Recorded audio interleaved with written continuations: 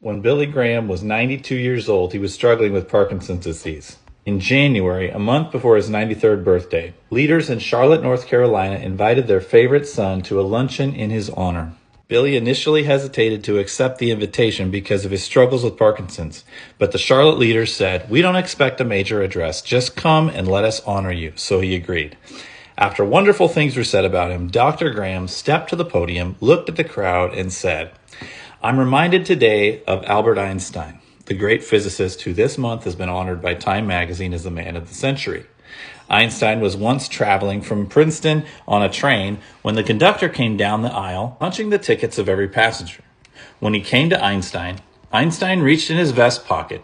He couldn't find his ticket, so he reached in his trouser pockets. It wasn't there. He looked in his briefcase, but he couldn't find it.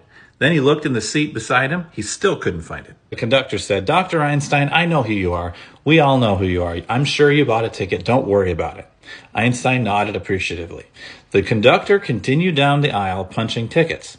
As he was ready to move to the next car, he turned around and saw the great physicist down on his hands and knees looking under his seat for his ticket.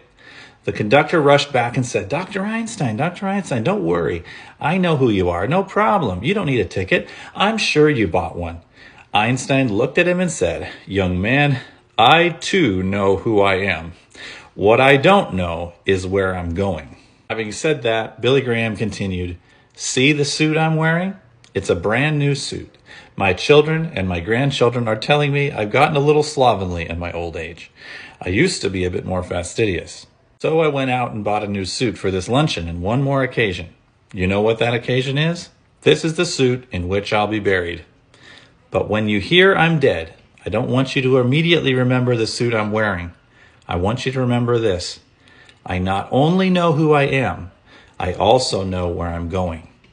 May your troubles be less, your blessings more, and may nothing but happiness come through your door. Life without God is like an unsharpened pencil. It has no point. May each of us have lived our lives so that when our ticket is punched, we don't have to worry about where we are going." If you don't know where you're going, you need to answer this ultimate question. If you want to go deeper into this question, I encourage you to check out my resource page on my profile.